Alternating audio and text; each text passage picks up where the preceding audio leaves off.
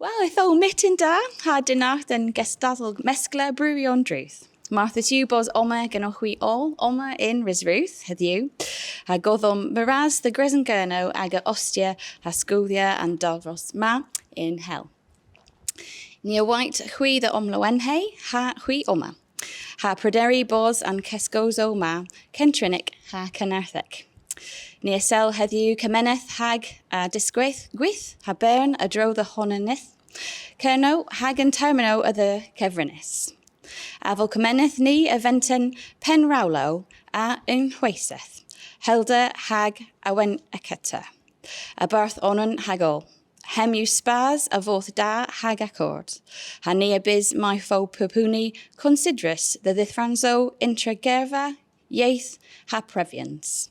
Ha my fo pupuni convedis gans eddomo an eol ddiogila. Well, good morning and welcome to the MESKLA Brewyon Drudh symposium. It is really wonderful to be here with you all today in Redruth. And we thank Cres and Cerno for their generous support hosting.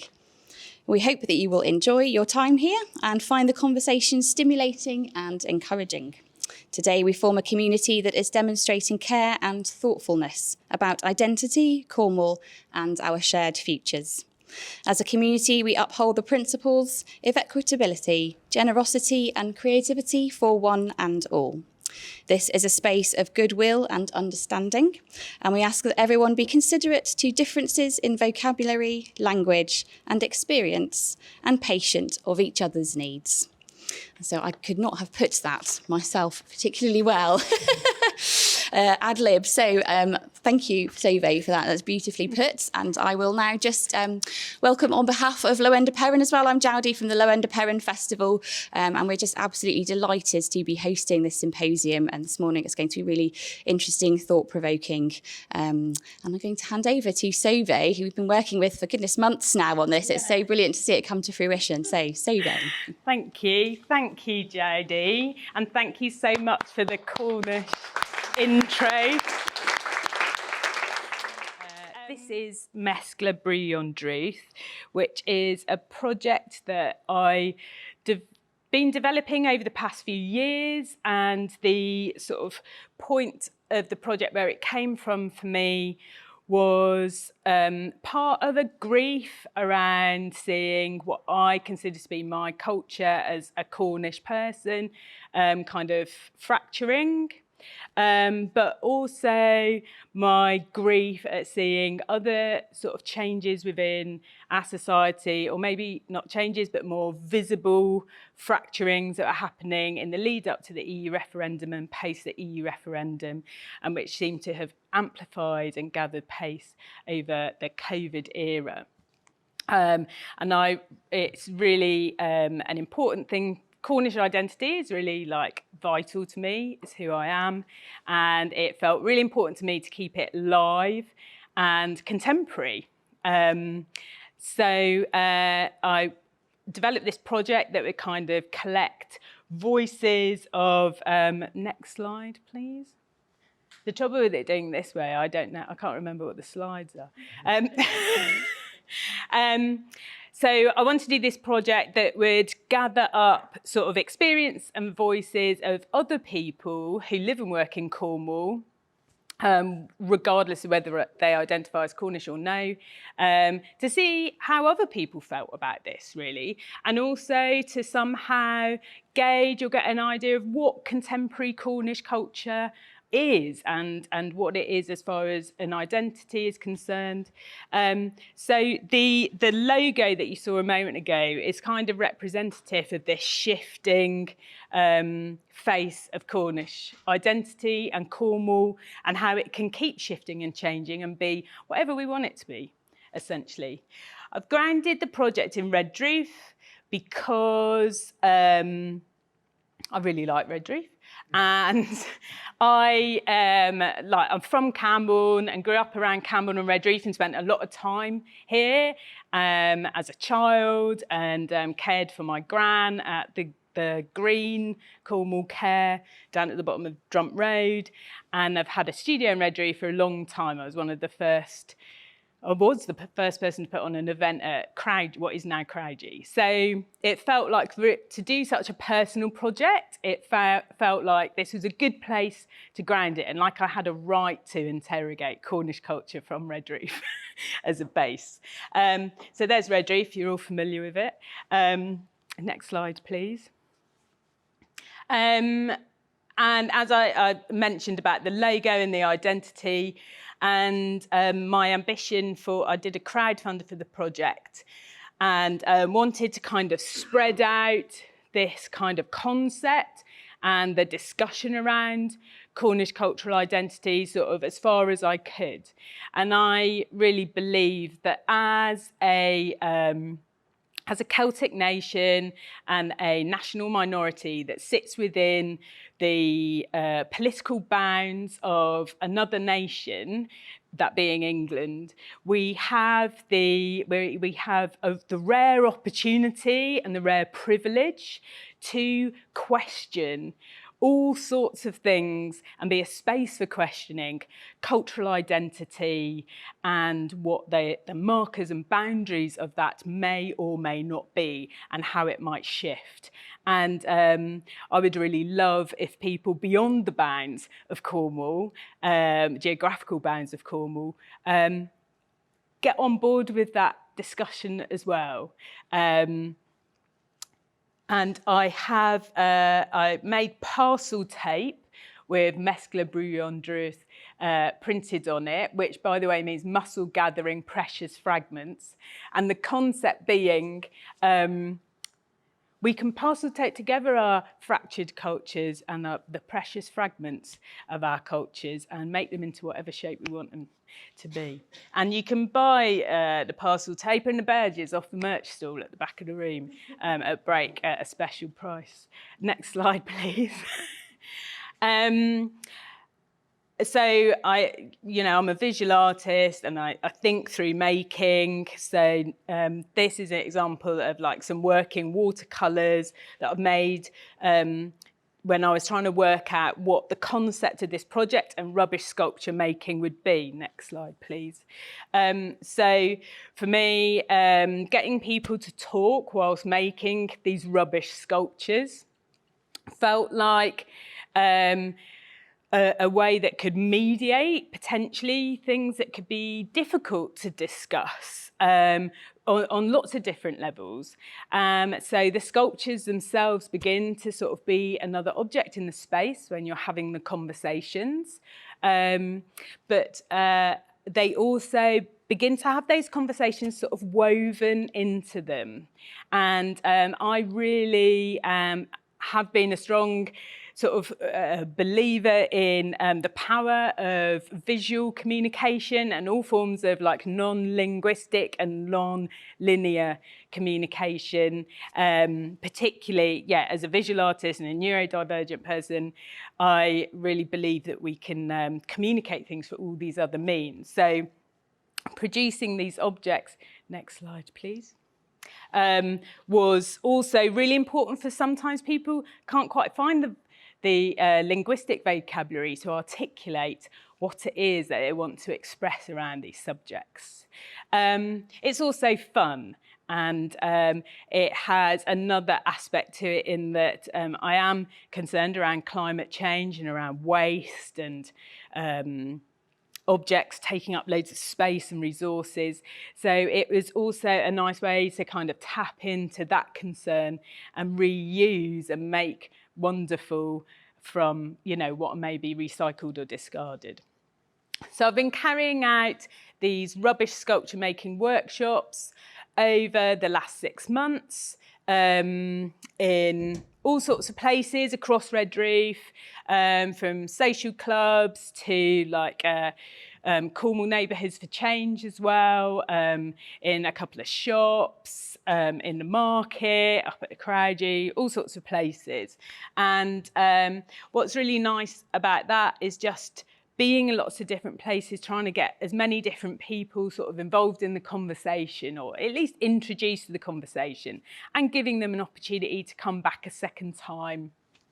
So here's my stall set up at Redruth monthly market, and I'll be there next Saturday, actually. So you can come along and have a chat if you haven't got... Well, it takes me a long time to decide what I'm going to say sometimes. So in a week's time, you might have decided something different you want to say about this, and you can come and tell me at the market. And I'll have all these bags of rubbish with me. Next slide, please. And look at the glorious outcomes of the rubbish sculptures. Next slide, please. Which are sort of so various and wide-ranging. Next slide, please. And really joyous. And my experience of running these workshops is visual art can be really intimidating, really difficult for people to get involved in. And even when you try and make it friendly. And I've got my own sort of ideas around that are partly to do with my critique of our formal education system, but that's for another time. What I have found is when people do get involved and start just fiddling and doing whatever, that at the end of the session, they always say they've had a really good time and they're really happy with it. So next slide, please. And here I am with lots of people and also up at the market in a drier scenario in the market on that occasion. Next slide, please. And then also sometimes just really quiet, small, bookable groups. So you can book into just like 3 people having a conversation over about an hour and a half. And that's a more intimate space, which, you know, so it's just different environments suit different people. Next slide, please.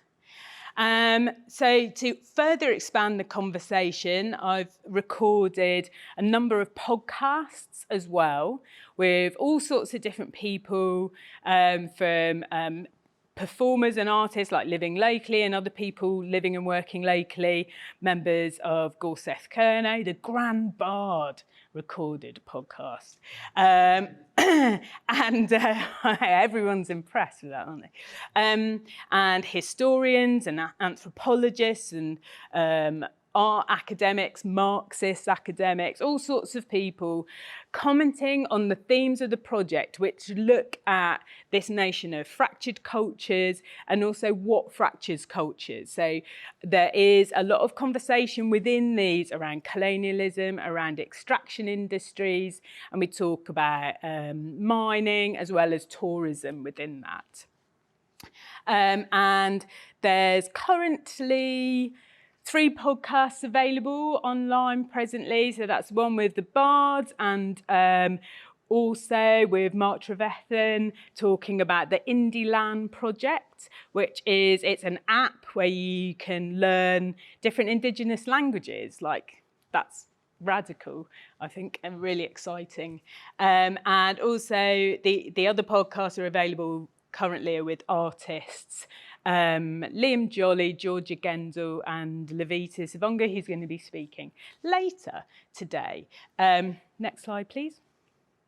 So everyone who takes part in making a rubbish sculpture is welcome to come along when the exhibition takes place at the very end of November and collect one of a limited edition of copper pocket sculptures.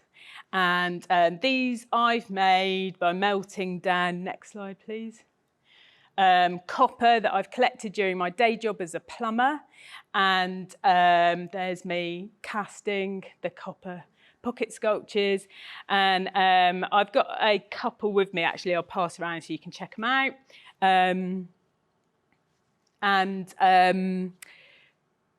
What was I going to say about that? Oh, yes, and then we're going to take a record of everyone who's got one and sort of track where they are. I've got this fantasy that they'll turn up in loads of house clearances in 60 years' time and people look, I've got this weird object. It seems to be something, but I don't know what. Anyway, you all are welcome to pick up one of these pamphlets, which has a poster of a drawing I've made, sort of my thinking around the map of the the rubbish sculpture conversations. Also has a lovely text by Butch, which is Angela Piccini and Sefran Penrose, he's over there, who are evaluating the project and also acting as critical friends. Seth has a questionnaire on a tablet, and later on she might sort of pop around and ask some people some questions or to complete the feedback questionnaire. And you can also go and get her if you want. And there's some cards of theirs on the merch table. And there's also a nice short text by Emma Underhill, who's also been a critical friend on the project. She's the director of art projects, which focuses on this kind of expanded art practice where you're not just, say, making an object or making one thing, but you're having lots of different activity. Next slide, please. And then at the end of the project, opening on the last weekend in November, is an exhibition of the rubbish sculptures tied into sort of installation that I'm making using the rubbish, the rubbish copper that I've collected. And at the end of today, the studio's open, so you can, if you want to go up to Crowdie later and listen to the band at Stones, pop in and have a look at the rubbish sculpture collection. Another opportunity to make your own rubbish sculpture and see how the build is going. Next slide, please. Oh, that's just some more copper sculpture. Next slide, please. That's it. Thank you.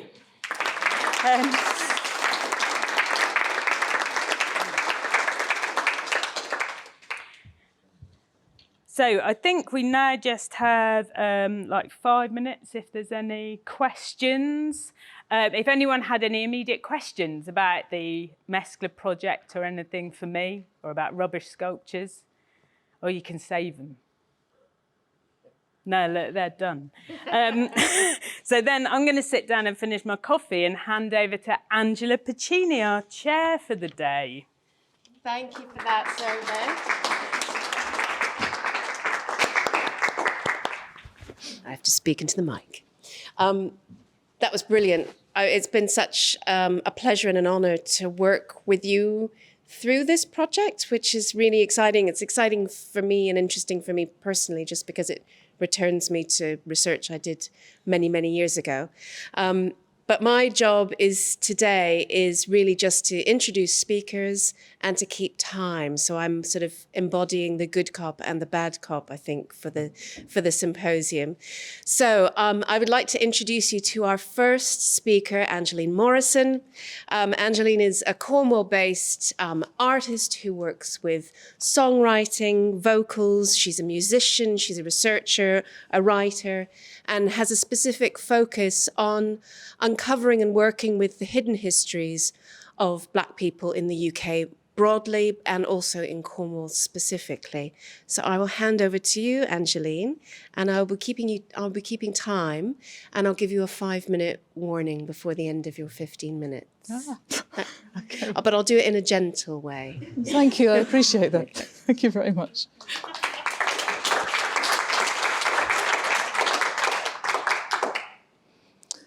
Thank you. So I'm Angeline Morrison, and this is my album, which was released on the 7th of October on Topic Records, which is significant because, as I'm sure you know, it's not only the oldest independent record label in the world, but it's the UK folk label. So it's every folk musician's dream to have a Topic release. So this is the Sorrow Songs, Folk Songs of Black British Experience. And this is my copy. I'm afraid I don't have any to sell, but you can buy this from anywhere that you'd normally buy your records. But I'd really like you to see it because the design was a labour of love. So I've got as many historic photographs of our Black UK ancestors as I possibly could get copyright permissions for. And you can have a look at this. I'll put it on the table at the back afterwards. And there's a booklet as well, 12-page illustrated booklet that tells you the stories behind each of the songs. So, so my project, the Sorrow Songs, it's a work of restoring. I use the word restoring to describe what I'm doing here because I began to wonder as a lover of folk music and folk song, I began to wonder where the stories are or the voices were from the black people or the people of colour in the folk songs of these islands.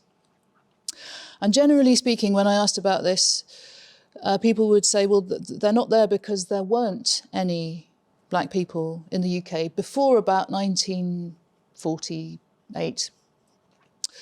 That's the general misconception. It is a misconception, as I found out. We have a historic black presence in these islands, and including in Cornwall, that dates back at least 2,000 years. So what I'm doing here is ghost hunting in the ruins of empire. I'm very interested in the figure of the ghost. When you're looking at history, I think the idea of ghosts or of voices from the past speaking into the present, or of, for me in particular with this project of ancestors talking, becomes a really important idea. So the figure of the ghost is with me all the way through this. And I'm going to take you through a little bit of what I uncovered and some of the stories behind the songs and my work of mending. So when something has been so badly broken in such huge ways for such a long time, over 400 years, it's going to take many, many hands to mend this. So this small work that I'm doing is a little bit of the mending work that I see that I might be able to do here. So we could have the next slide, please, and thank you. Okay. So yeah, this is an extract from an article that I wrote for Hellebore, a zine, a sort of psych folk zine, where I talk about the ancestral ghosts suffusing the landscape, and where I just kind of summarised the purpose of the project, which is that whilst many people associate the idea of black humans in this country with modernity, or at least with the 20th century, that's actually not the truth. And when you begin to look into this, you find so very much. That's been my biggest takeaway, has been the amount of black history that there is, that we're not taught about in schools. I don't know if you know the work The Weird and the Eerie by Mark Fisher, the late Mark Fisher, who wrote in 2017. The weird is that which does not belong. The weird brings to the familiar something which ordinarily lies beyond it. And those are the kinds of the concepts that I'm working with here in terms of blackness and history. So it becomes an aspect of the weird when people don't expect it to belong and are surprised by the sight of it there. Can we have the next slide, please? So these two scholars, who are not usually seen together, I've been interested in the work of both of these scholars, W.E.B. Du Bois, an iconic African-American scholar, and Cecil Sharp, the great collector of English folk song. In writing the sorrow songs, I was particularly moved by The Souls of Black Folk, which is W.E.B. Du Bois's work about African-American consciousness and history. And that was published first in 1903, which interestingly is the same year that Cecil Sharp first began in earnest collecting the folk songs of England. So there is some kind of parallel there. The link, 1903 links these two scholars. So I was very interested in that. After George Floyd was murdered, I reread The Souls of Black Folk. And Du Bois talks in chapter 14, which is called Of the Sorrow Songs, and that's where I got the inspiration for the title. He talks about the importance of folk song for the enslaved Africans in America and their descendants. So they've got this body of folk song, which we all know as spirituals, but there are also secular folk songs of enslaved Africans in America and their descendants. But this body of folk song has really important functions. So it holds the identity of this group of people. It allows unspeakable horrors to be vocalized. It gives a people who have been denied their voice a very powerful voice. And I began to wonder why, since we have a historic black presence in this country, I wonder why we don't have an equivalent body of folk song that speaks to black experiences in this country. That was my starting point. Can we have the next slide, please?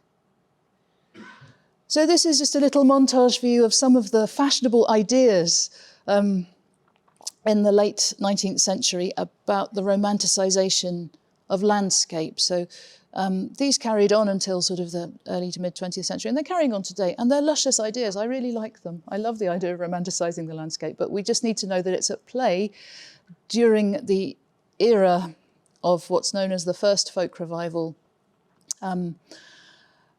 late 19th, early 20th century. All these ideas about the landscape as a very romantic place where we might find the pure soul of the nation were at play. We have the next slide.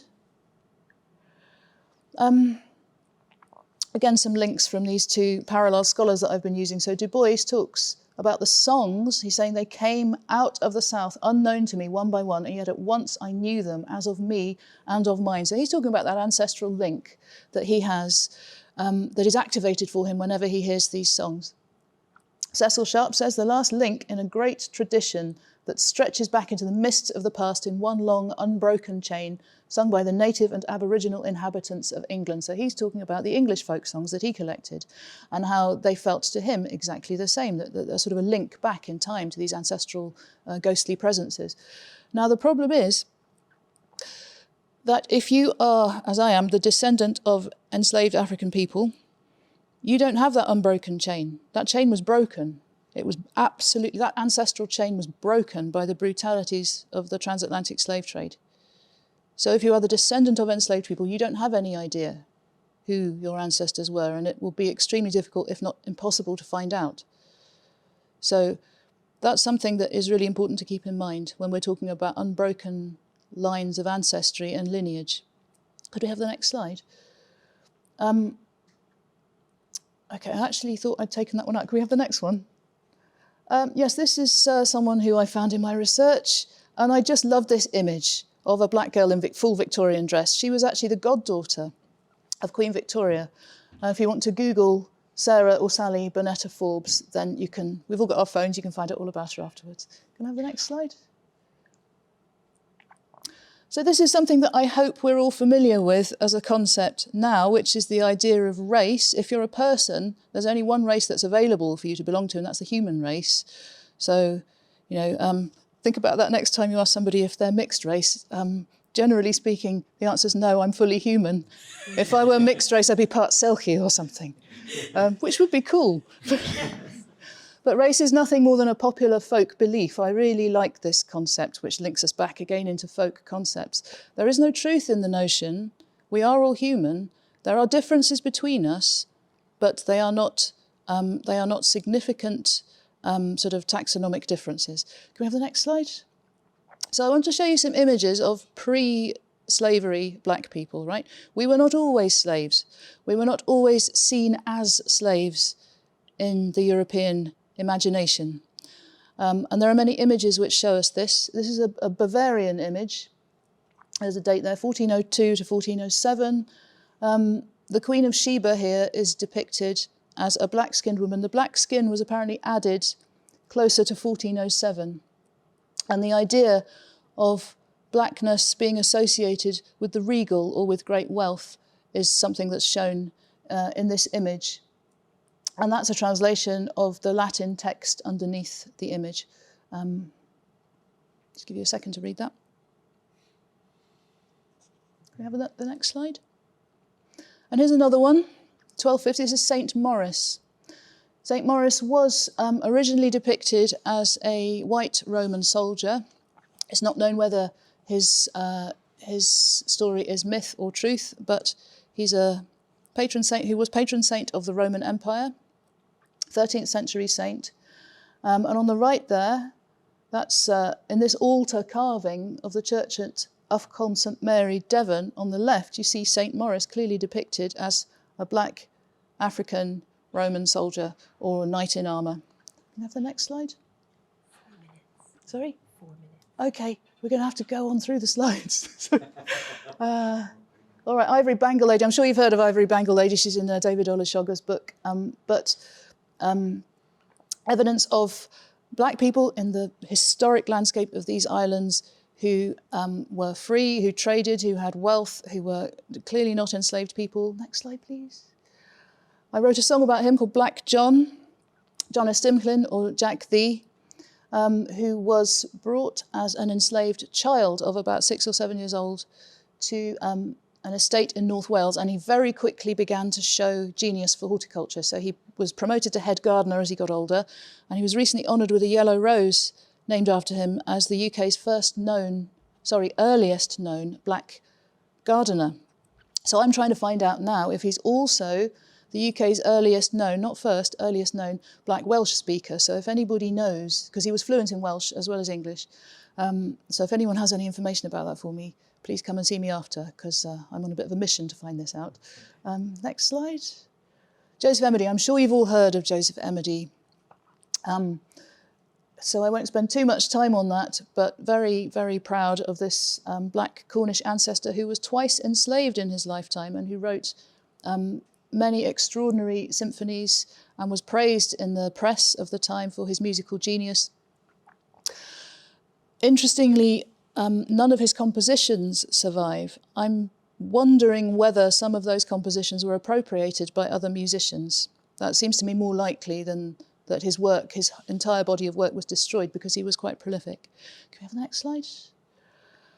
I also wrote a song about this child, this enslaved child who was drowned, estimated age around 8. And this was in a wreck off St. Martin's.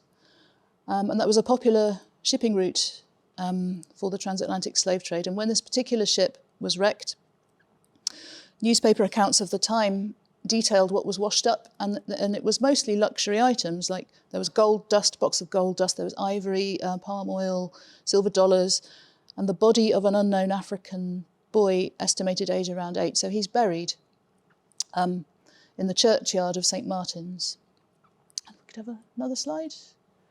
Yeah, I won't go into the details about this story because it will take too long, but that's another a black ancestor, Frances Elizabeth Johnson, who's buried in Lancaster. And the family who she served for amputated her hand after she was died and mummified it and kept it for 200 years in a display case. And then in the 1990s, a descendant of the family did the right thing and arranged a burial for the hand. Evaristo Muchavela, get your phones and Google him. I've written a song about him called Slave No More, based on the inscription of his churchyard. Evaristo and his former master, Thomas Johns, who was a Cornish miner, they are buried in the same grave at Wendron Churchyard, which is extraordinary. So one of the things that I do see in my research, as well as the stories of absolute unbearable brutality, is stories of humans making meaningful connections within this context of brutality. So we don't know what the exact nature of their relationship was, but they seemed to be very important to one another. And if we can have another slide. Oh, this lovely little girl. She's on the front cover of my album.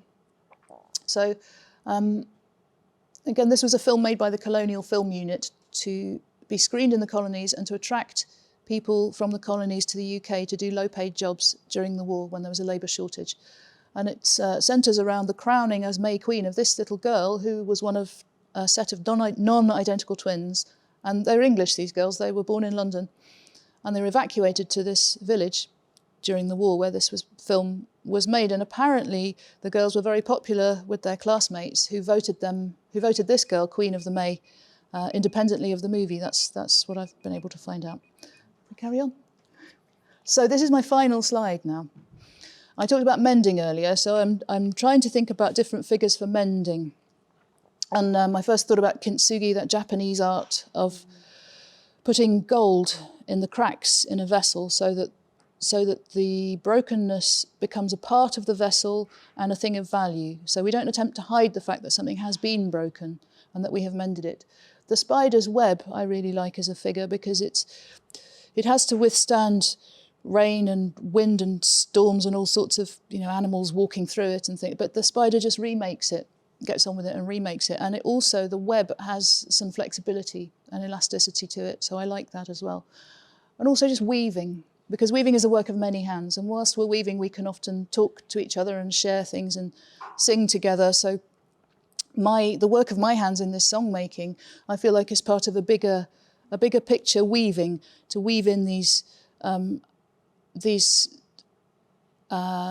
silenced or untold stories of these forgotten people in history back into the bigger picture of history through song. Thank you.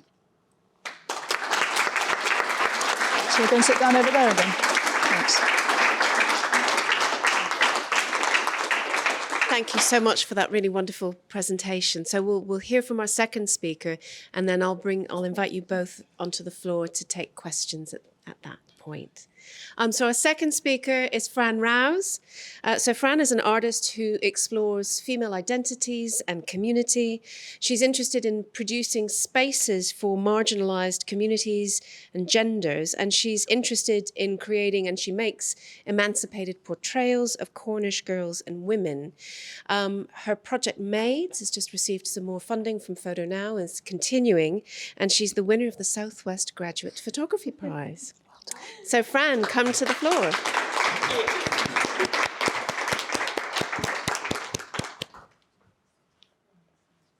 Can I stand this side? You can stand where. Okay. Yeah. So I am Fran Rowse. I am 23 years old and I am Cornish born and bred.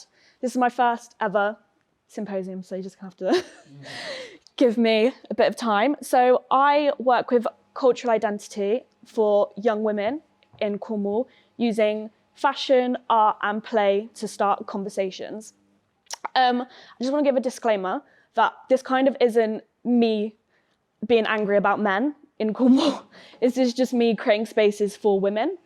To kind of set the tone, in Cornwall, it's the top 20% of the UK that have teenage pregnancies. So what I'm talking about is very problematic, actually, but it just is discussed through art. Next slide. So growing up in schools, we were always taught about tin miners, fishermen, and bow maidens. That was kind of the golden standard of Cornwall. Fishermen and tin miners were always shown in quite a heroic way. They were always the strong person, they were always providing, and the bow maiden was kind of secondary to them. And what we were shown were women wearing white dresses and bonnets, which you can see in the bottom that are decorated with flowers. I recently researched this, and the reality of bow maidens is they wore sacks and they wore metal shoes, and their gooks had a top and a side because of safety issues. So these women weren't floating around having a lovely time. They were really hardworking. They really were doing something that matters, and that is such a more relatable situation for women now. Next slide. So I kind of got a bit of a fire in my belly, and I kind of felt that we were being presented a Cornwall that we don't understand. So I pulled it apart, dug really, really deep in archives with Hypatia Trust and Crescent Kerno and village museums as well, and looked for images that I could relate to, I recognised, I felt an affinity with. So, for example, Cam on Red Roof, Beauty Queen. And next slide, policewomen, nurses, the beauty queens again, and then carnival fairies. These are people that are still living. These things are still happening. We can see our mums and our grandparents and our sisters in the fairy queens and the policewomen and the nurses. These are hardworking women that we can all relate to on a much more stronger level, I suppose. Next slide. So Maids was born out of me basically wanting to run away from Cornwall because I didn't feel an affinity here, which I've kind of spoke about already. But then I thought, I can't be the only girl that feels like this. Surely, there must be a bigger group of women that feel this struggle. So I started to use photography because that's the medium I studied in, and that's kind of what I've always gone to. And I started using photography to discuss, to create spaces of creativity, to create spaces of using fashion and play to talk to young women and find out what do they know about Cornwall, who do they relate to. And it became very obvious very quickly that there was a lack of knowledge of women in Cornwall other than bow maidens. So it was a personal project in the beginning. It was from my own issues of growing up from a fishing and farming family.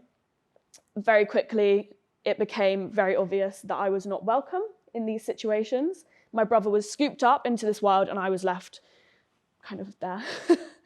And I always felt so alone. I always felt no belonging. Where did I stand in Cornwall?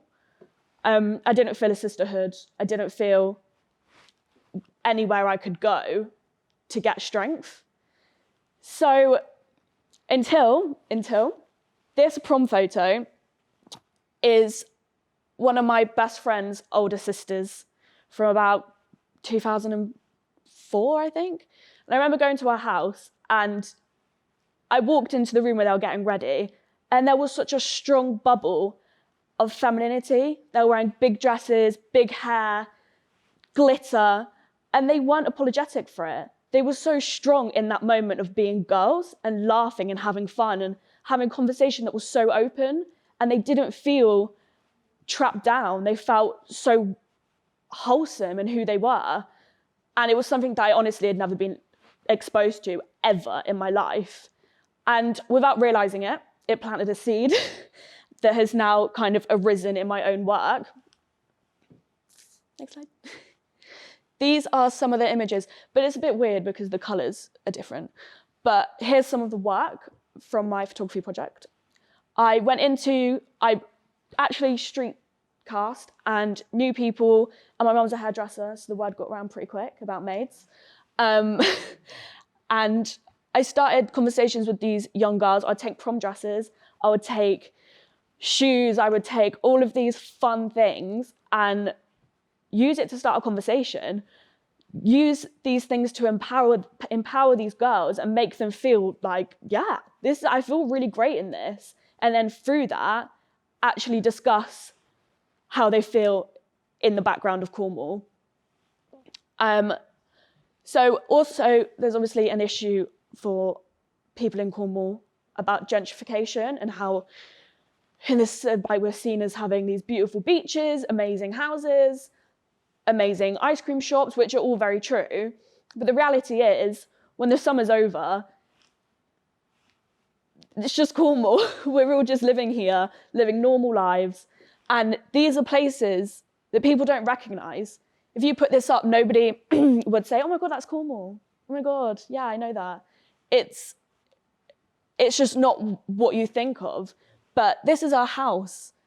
All of these, next slide.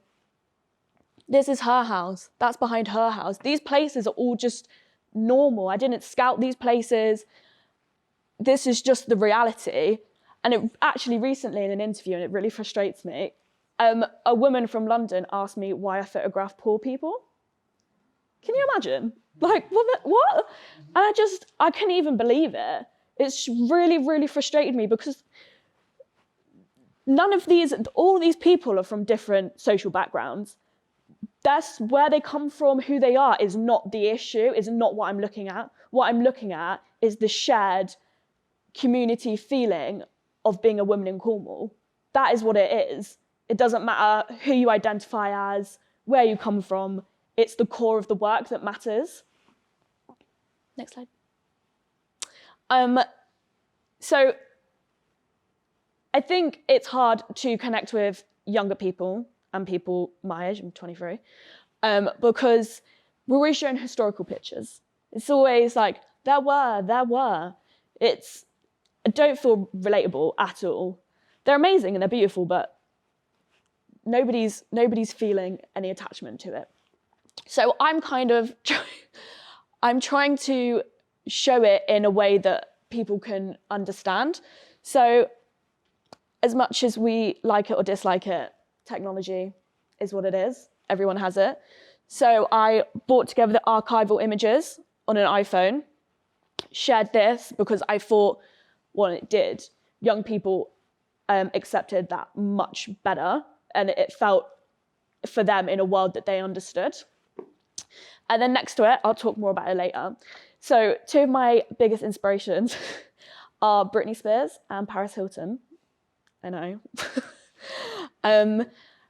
And this is kind of that. It's like crass. It's kind of taking this idea and throwing it back at everyone and not caring. And it's like, yeah, she's got a belly button piercing and it's got a Cornish flag on it. And it's just fun. It's inviting, but also it's really strong in what it's trying to say. So I won the Photo Now award, which was amazing. I never thought, ever thought that would happen. And from this, I wanted to use the money that I was given to actually take this into communities, because I was doing this independently with independent girls, but I wanted it to have a wider stretch. I wanted it to meet marginalised communities in small villages that they wouldn't have the opportunity or probably see this, essentially. So I thought, how can I get these girls to see themselves on the Bow Maidens? How can I bridge the gap between the modern girl and our historical part, the Bow Maiden? So, next slide. I rented out village halls and provided vogues and gems and things, and they cut them out. Next slide. And they decorated Bow Maidens, and it was super fun, and everybody loved it. Next slide. Oh, go back to, sorry. As well as that, I took the dresses and the clothes and they all dressed up, and it was really nice because at first when they all got there and they were collaging, it was super awkward. Everyone's like, oh God. But then by then they were dressing each other up, and it was a really nice space, and it was re-showing that moment of the prom girls when I was 8 years old. And it was really nice full circle moment. Next. So then naturally my work grew into curation, and I have been creating spaces for female artists across Cornwall to come together and make networking spaces between artists between the ages of 80, 16, all different mediums. And it's just a place of conversation and sisterhood. Next. This is Jupiter. It's all covered in diamonds. It was very fun. Next. This is the wall. Next. So you can see here, so amongst the work, well, you can't really see, but this is one of the archival images. So these works were all patchworked together to show kind of the affinity with women now and our historical women. Next. I made these transfer tattoos, and they were put on whoever wanted them. And it was kind of making this space playful, young, inviting, and it was really nice. Next. And on the closing night, we had a pole dance performance. So this is what I mean by all mediums were welcomed, and it was the most amazing thing. The strength of her, it was taking back something that was so sexualized and showing her strength in it. Next. So, just quickly, because I know it's only 4 minutes. These are the feminist ideas behind maids. I know feminists can make people feel a bit like, ugh, but it is what is behind maids. Next. Ta-da. So yeah, this is about taking ownership of ourselves, and I kind of see it as extreme femininity. It's the juicy couture tracksuits, it's the dump him t-shirts, the blonde hair, it's all of these things that actually come across quite crass, and it has kind of been pulled back. It's been something that we should be like, oh God, no, not girls. They make me like, that is crass, it's too much. And I was very much like that growing up, tomboy, that was what it was. And I'm just like taking ownership of the fact of why can't we wear big prom dresses and curl our hair? And do you know, if that's not for you, that's also amazing. There's a massive plethora of ideas of women. But yeah, this is just something that has influenced my work aesthetically. Next. And this is the last thing. Just like as a pop culture reference, this idea of sad women and groups of women is always quite seen negatively. But through my work, there's a strength of sisterhood. The Bow Maidens stood together. There was a strength in who they were. The Prom Girls, there's a strength in who they are. I don't know if anybody knows this film. It's Virgin Suicides by Sofia Coppola. They're all really sad, and at the end, I mean, it's really tragic, but they're together. They're holding each other in their sadness. And Love Island, 2021, they're holding each other. They're supporting each other. And this is what I mean. Sisterhood is so, so strong. And there's so much of it in Cornwall. We're just not talking about it. We just don't know about it. So this is why I'm trying to create these spaces and conversations with young women and older women now. And I'm so thankful that I started this journey for myself, essentially, but so many women now have kind of joined and want to be part of it. And I'm really, really grateful for that. And yeah, that's Maids. Thank you.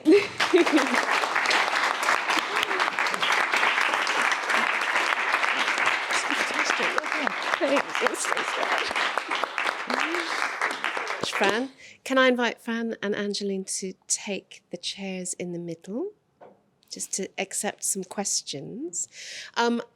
For me, what was so interesting about both of your work is the way in which you are both using research and the question of the archive as a kind of radical potential for change, even though both of your practices are very different. I think there's some really interesting conversations we can have about who's included and who's excluded in these different projects. I'd like to hear more about that in Maids. As someone who doesn't, it's always that thing of how we deal with the discomforts of the diversity of women who might not feel comfortable occupying those prom spaces and that kind of femininity. And I think that touches obviously on the work that you're doing, Angeline, about this question of ghosting and how we bring the diversity of humanity into the frame and trying to decenter some forms of histories in order to give space to and allow spaces to breathe and to occupy and to activate different kinds of histories in the now for a better present and better future.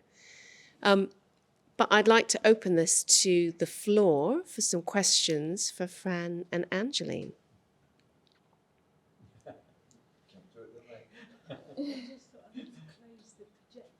Yeah. It's fine. It's nice. It's nice having it in the background. I won't stand in the shadow. I'm going to let that space sit because obviously sometimes it's difficult in these sorts of settings to immediately have questions. Brilliant. I don't have a question. I just want to say, wow, you are both so inspiring. Thank you. Thank you very much. I have a question.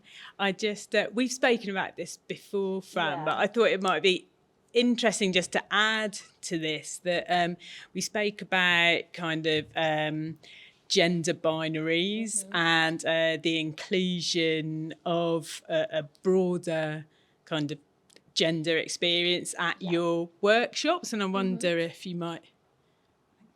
Yes.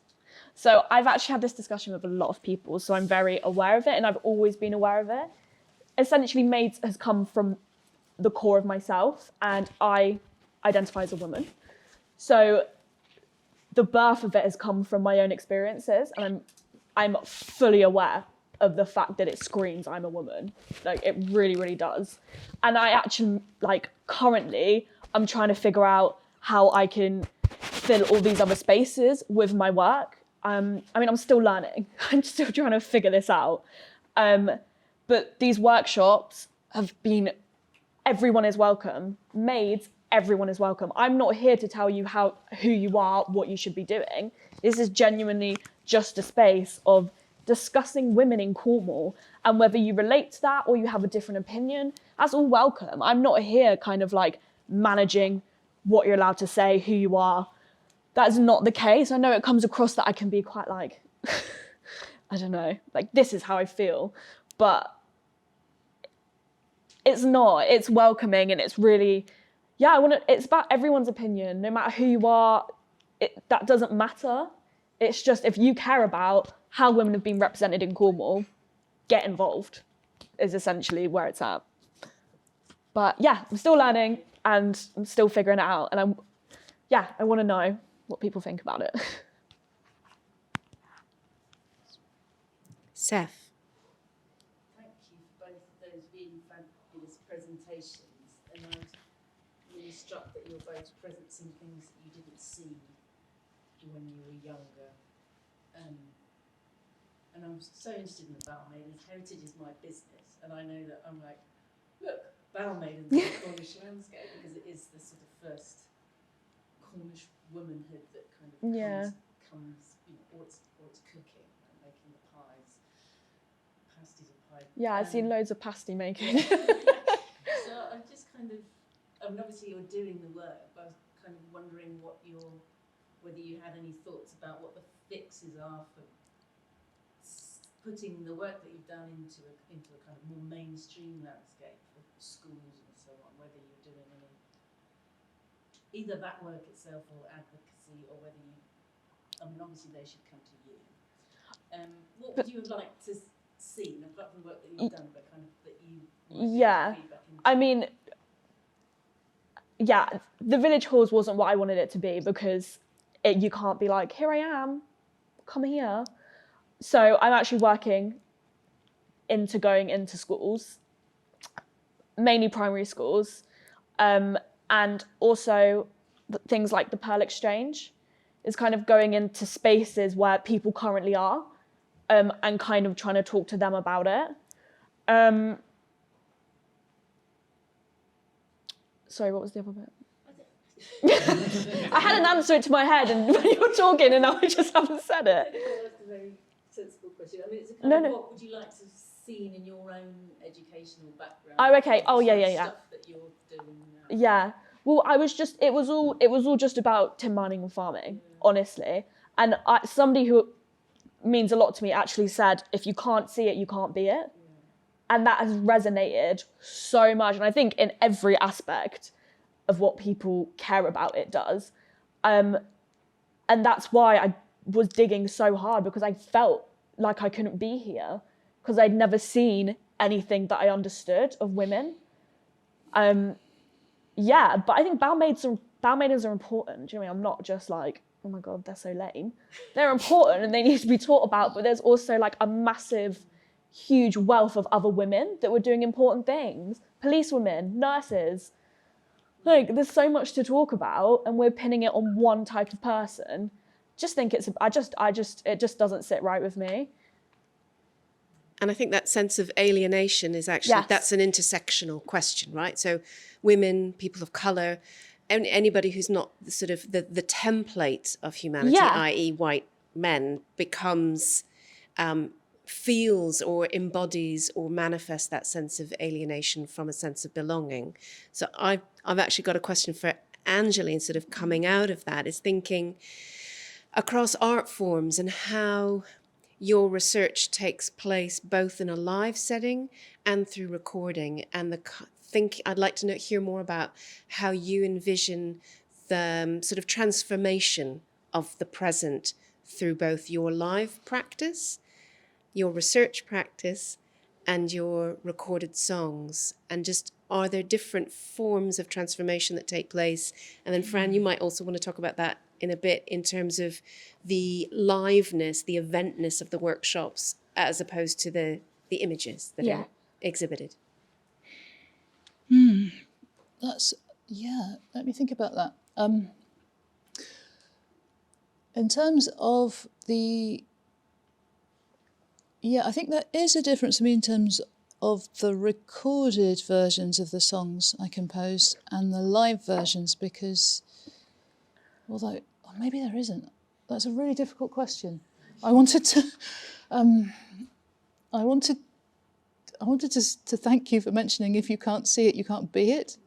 It's so relevant, isn't it? Isn't it? Like, it's so, in every aspect, it just resonates with everything, doesn't it? And I think, especially for women, a lot of times you don't see it in history. Yes. So you've really got to dig. Massive missing areas and missing imagery. So it was very important for me to include the historic imagery of historic photographic imagery of people of colour and black people in the UK in the past because we don't see those images. No. So I want, in terms of your question about because there are so many different aspects. So there's the recorded aspect, the CD and the vinyl, which will be out in April, I think, or March.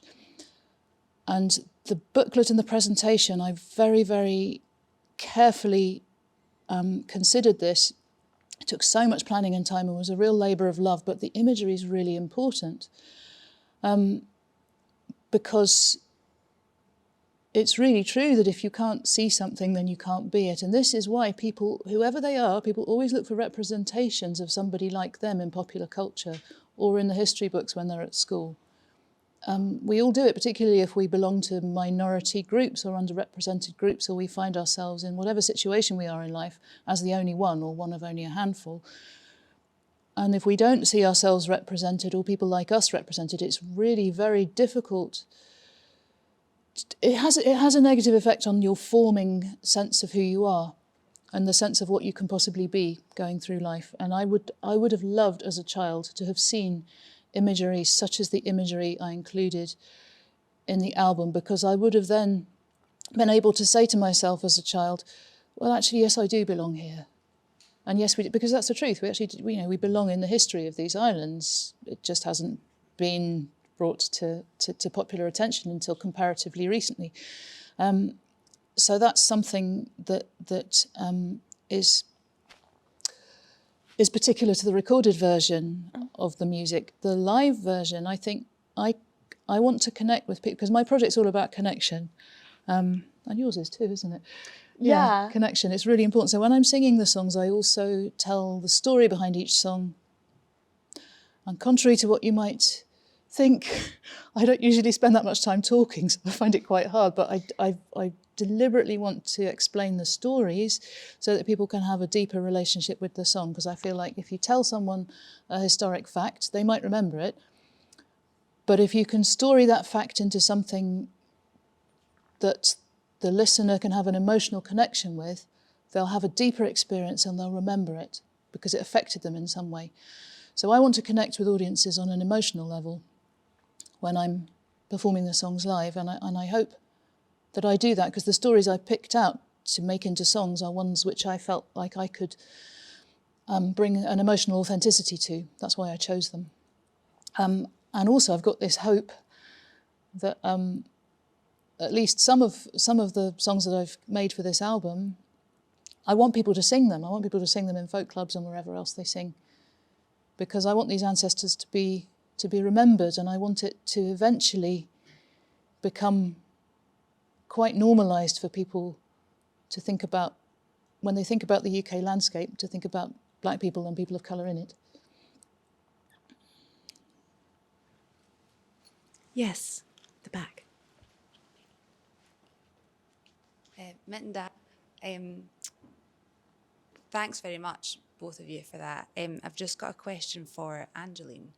You were talking about the idea of connection and also looking at the context specifically of Cornwall, but also more widely.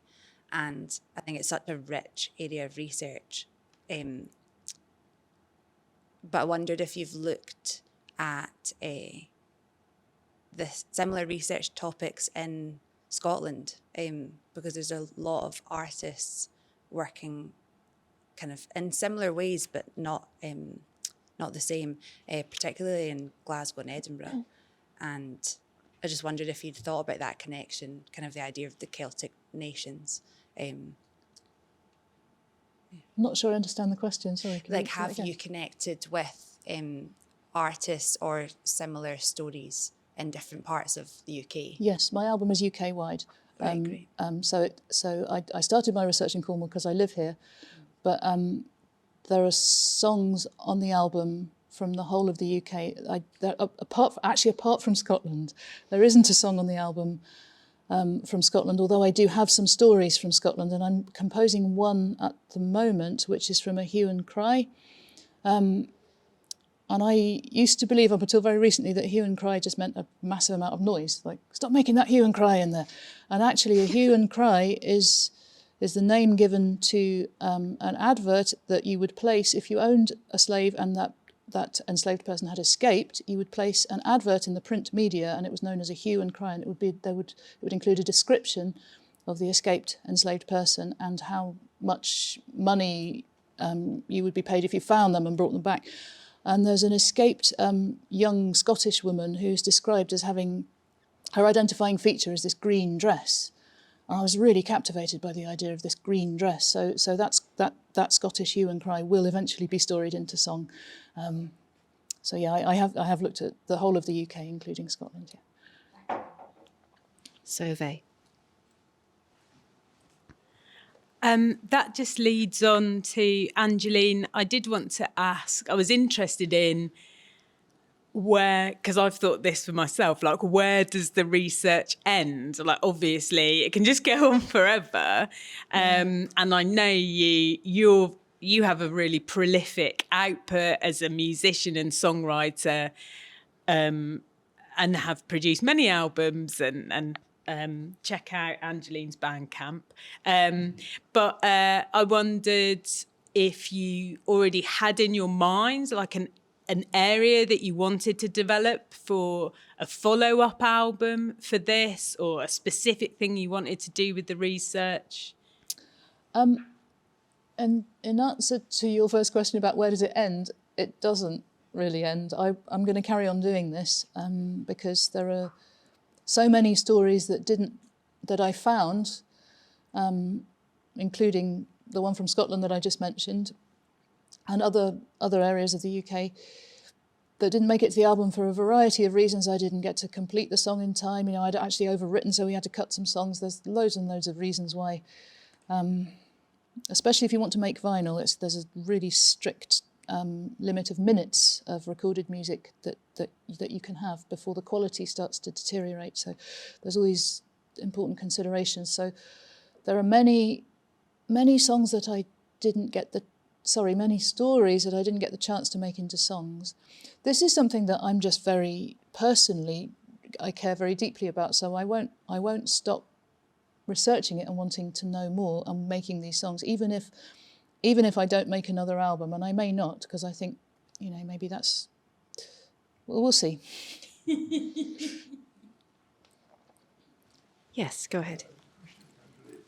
When you were researching Joseph, his prolific output as a composer, did you come across any surviving fragments? I heard rumours that there was a setting for a hymn.